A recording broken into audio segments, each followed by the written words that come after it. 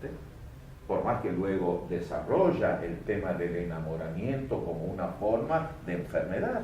La erotomanía sucede, que el amor es paranoico. Claro, muy bien, muy bien, muy bien. Bueno, muy bien. Y después es el tema del arte. Así como da una de las categorías, entre comillas, de la locura, el enamorarse, pone como la categoría fundamental, la número 1 de la locura, ser un poeta. Él parte de y dice, hay poetas que no están locos, no van a ser nunca buenos poetas. Dice, nadie puede ser poeta, ni artista en general, salvo que esté loco, que esté poseído. Y es muy categórico. Dice que las otras son como representaciones exteriores del arte. Que solo el verdadero arte puede, como materializarse cuando aquel artista deja que la locura entre en él. Es decir, es complicado porque si uno lo lee muchas veces, y yo creo que me cansé de leerlo, no es que si estás loco producís arte, sería como el acto de dejarte enloquecer para producir arte. Que es todo como un matiz, pero un matiz que luego hay que profundizarlo y da para un seminario entender eso. Y remite, y esto creo que tendrán la obligación los que estudien psicología, yo ya no sé cómo son los programas por las dudas, me quedo un costado, que Melanie Klein, muchos años después, dice que cuando ella reflexiona sobre los mecanismos de la creación artista, establece según su criterio que toda persona cuando hace arte está en una posición, ella dice, está en una posición esquizoparanoide. Es decir, no sé sus lecturas, pero bueno, creo que compartimos que Melanie Klein es una de las fundadoras de la corriente de psicoanálisis inglés, y en ese tema del arte comparte ideas con Feynman, con Winnicott, entre otros que han tocado la temática. Es decir, que también tenemos desde ese lugar contribución a la idea de que en la locura y el arte hay un vínculo potente. Mi maestro, y hay 2 capítulos expresos en Conversaciones sobre el arte y la locura, niega eso, y yo me peleo con él a muerte. Pichon insiste que hay arte normal y arte patológico. Él era mucho más freudiano clásico. Freud también tiene esa idea, que desde la locura no se produce arte. Yo participo de otra idea, tal vez la más estúpida de todas. Yo considero que solo se produce arte desde la locura.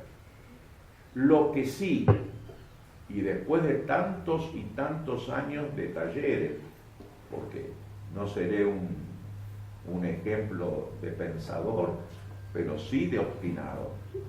Y yo años y años doy talleres en los hospitales, y ahora tengo en un hospital de día, desde hace 6 años volví a tener un taller con personas que tienen no neurosis, sino que son directamente psicóticos en el uso que se hace de esta palabra. Yo tengo un taller de arte con personas, de comillas, afectadas psicóticas. O sea que algo, experiencia tengo de hacer estas cosas. Y después tengo un taller, entre comillas, desde hace muchos años, siempre tuve, aún en el exilio, con personas, entre comillas, normales. Y tengo talleres mixtos, y a veces me cuesta distinguir. En general, sé cuáles son los enfermos porque son los que no pagan, porque ellos están todos becados. Tengo un becado que no paga, le digo, ¿paga o no paga? No paga, bueno, entonces está literalmente, inocentemente avivado, está muy sano. Es un chiste con humor, pero no se han reído, bueno, no importa, me dedico a otra cosa.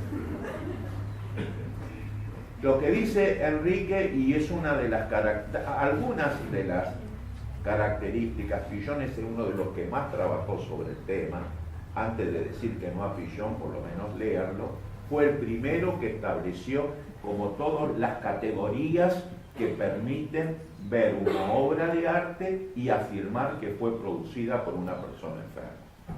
No las voy a repetir todas porque son muchas, pero son casi 15.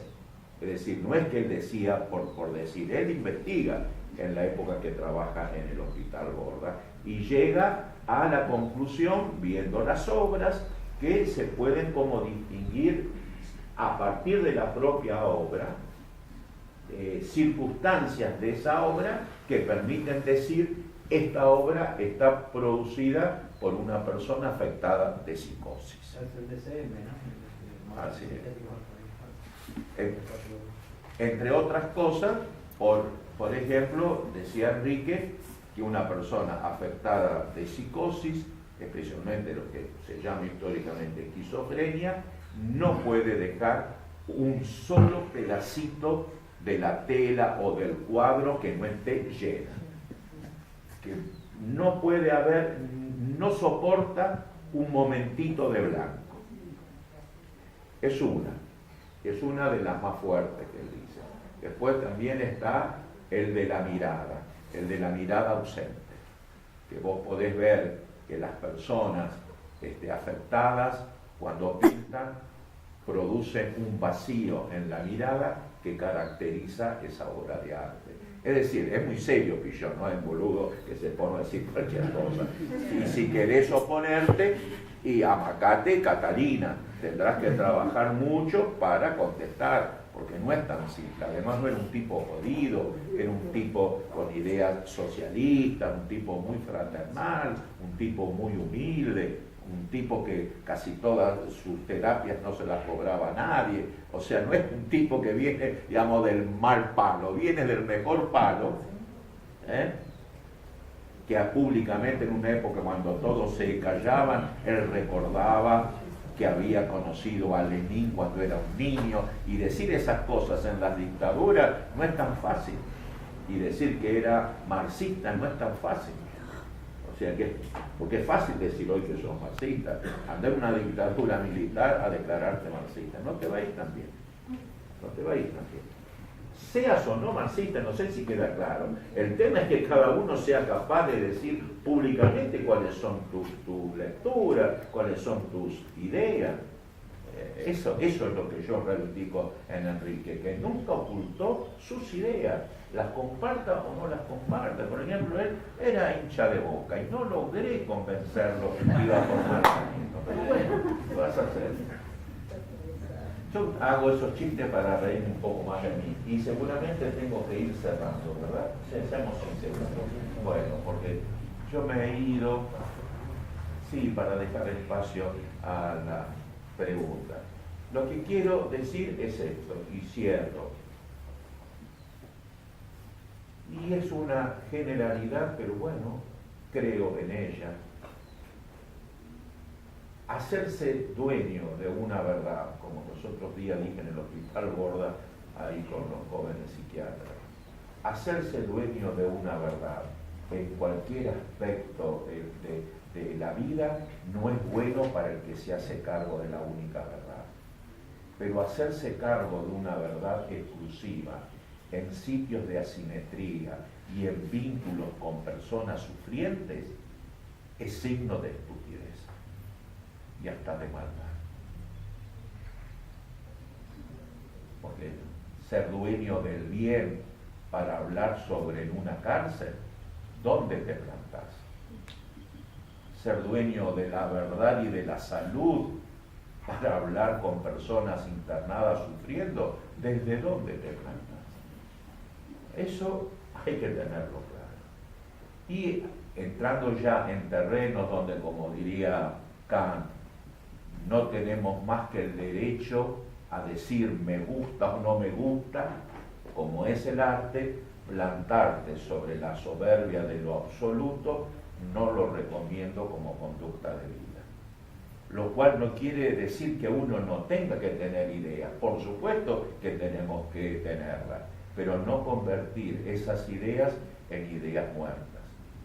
Hay que estar, como decía Pillon, tener el coraje intelectual de estar siempre cotejando nuestras ideas con la realidad, y con las ideas de los otros. Y eso es un ejemplo que yo creo que él me ha dejado y que trato de cumplirlo.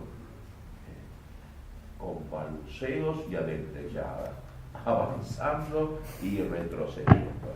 Lo único sí sé que si uno se anima a ver a fondo una obra de arte, y más todavía cuando está producida en situaciones de gran dolor, uno puede decir humildemente que está aprendiendo a ver la vida. Bueno, hasta ahora, muchas gracias y escucho preguntas.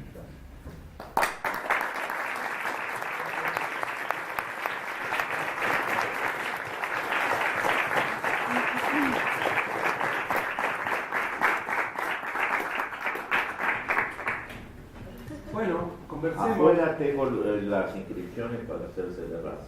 Sí, pero eso es la ficha toda igual. Conversemos, por favor. Ideas, preguntas. Muy bien. Buenas tardes, señor Vicente. Mire, en Buenos Aires, en el Tiro, ¿usted conoce el Tiro? Están criminando a los capacitados. A mí, a cualquiera. Está tratando muy mal a los capacitados, a la sociedad buena, a todos. Vino una señora el otro día, usted no lo podemos atender. Usted se tiene que aguantar solo. Le digo, señora, está criminando-me. ¿Qué tengo que decir a la gente? Está tropezando a 5.000 capacitados que están acá presentes. Me puse a llorar y solo. Le digo, señora, basta por soñar a los capacitados. Yo fui a Transporte de la Nación de Buenos Aires y lo dije. Les hago problemas, señor. Les hago problemas. Yo no le digo las cosas acá. Haga la denuncia. No podemos vivir así con un trapo de piso. Acá en Cipolletti, en Neuquén, en todos lados, le tratan mal a los capacitados. No puede ser. No puede ser. Le trata como una basura a la gente. ¿Qué tenemos que hacer? Romperlo todo. Romperlo todo. Allá en el Tiro me dijo, mire, tengo este pase.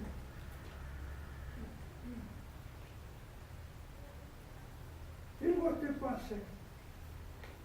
Lo dice, este pase yo no lo puedo cambiar, señor. Dígame, señorita, usted está discriminándome. Yo tengo que ir a mi familia de Rosario, que está muy enferma, y usted no me quiere dar los pasajes. Me está criminando.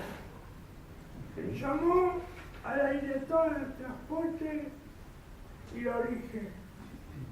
Esta mujer, que tengo problemas con mi familia en Rosario, me está tratando muy mal. Yo fui a ver a ella personalmente, me dijo.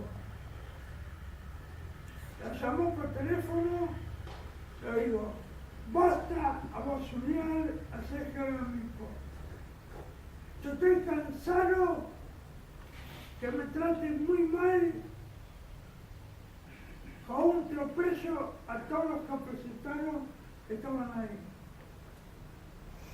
Yo, que soy amigo del señor ministro Andazo, le digo que se ponga los pantalones y que se fije en los capacitados como estaban. Nada más. Muy bien, un aplauso.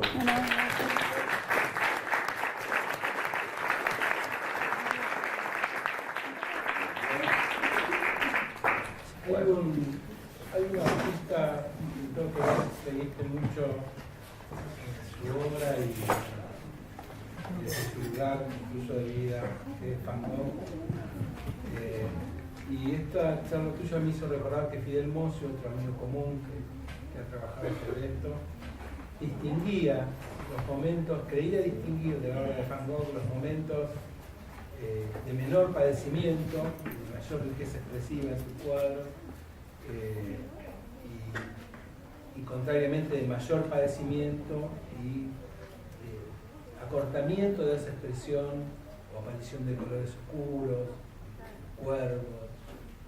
¿Considerás que eso es, esta idea me gusta porque es una idea, a mí me parece spinoziana, con esto que vos también decís de que nadie es loco las 24 horas, y podríamos agregar, ni cuervo las 24 horas? Bueno, el tema de la obra de Van Gogh, es cierto, es un tema que yo he tomado para investigar. Yo trabajé incluso en el Museo Van Gogh, tuve la suerte en el exilio de que la Universidad de Ámsterdam me permitiera trabajar sobre Van Gogh, y tengo la suerte gigante de haber podido ver casi toda la obra que él produjo, por lo menos que tienen en los museos en Holanda. Lo que me permitió investigar. Desde ese lugar y con profundo respeto por Fidel Mocio, a quien conocí, una persona extraordinariamente lúcida y buena gente, no comparto la idea. Porque obvio que él quizás no tuvo el privilegio mío de poder haber visto la cantidad gigante de obras que yo vi durante los 2 años que estuve haciendo una investigación. Yo he hecho una investigación sobre todos los autorretratos de Vincent Van Gogh, y a partir de esta investigación que la hice para la Universidad de Ámsterdam, fui viendo, mientras investigaba los autorretratos, otras obras afines. Desde ese lugar de haber visto alrededor de 1500 trabajos de Van Gogh, diría que no es así. Lo que hay es una relación profundísima y directa entre Van Gogh y el espacio concreto donde él trabaja y pinta.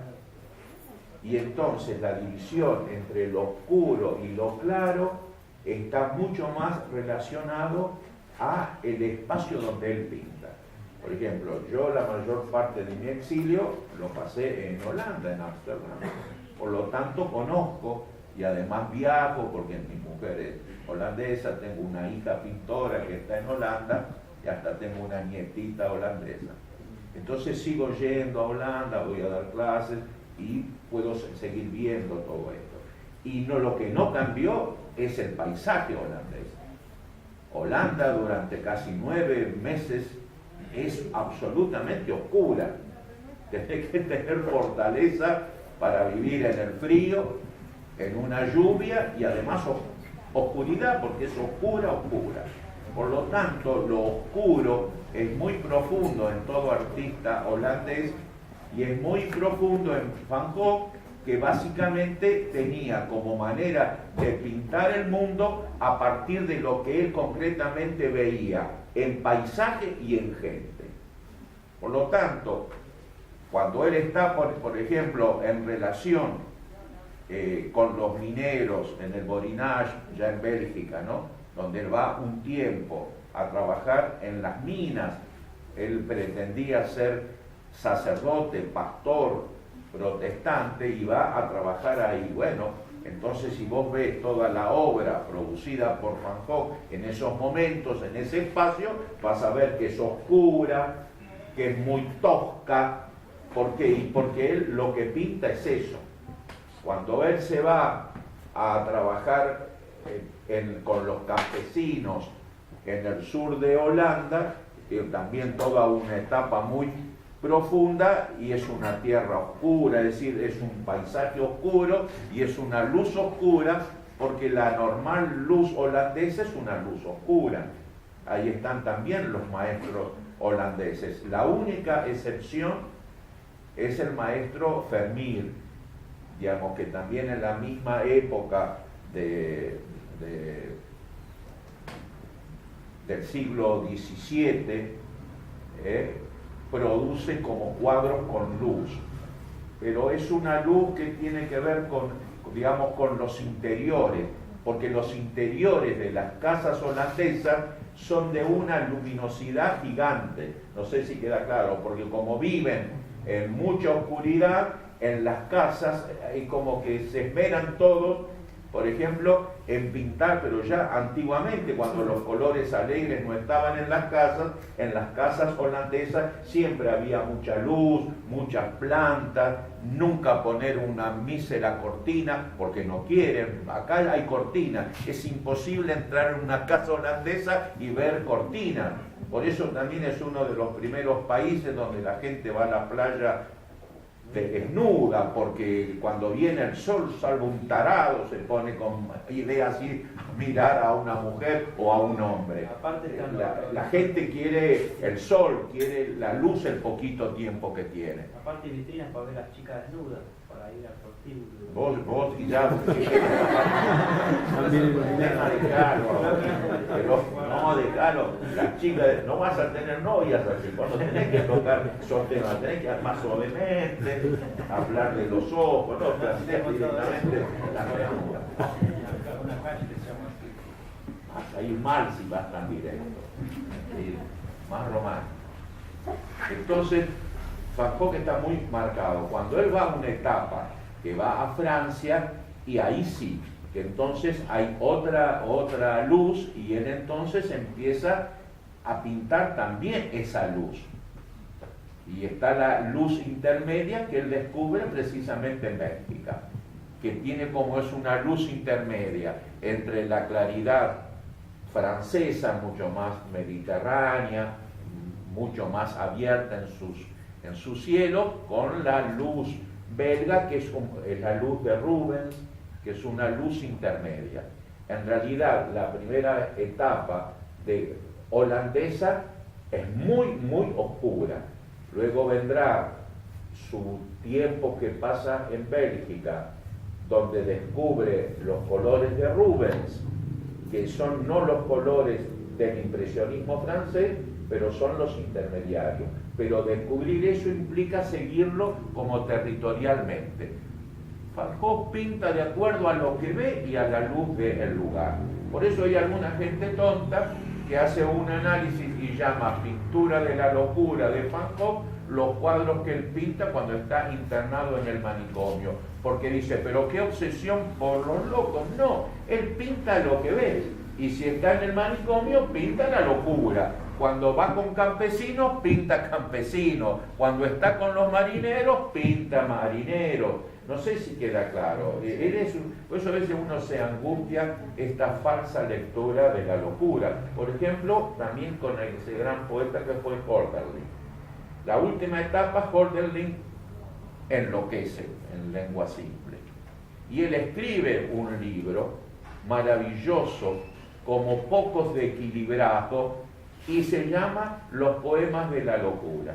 Lo editaron con ese nombre, pero le pusieron el nombre, y así se sigue llamando, porque los escribe cuando está en el hospital.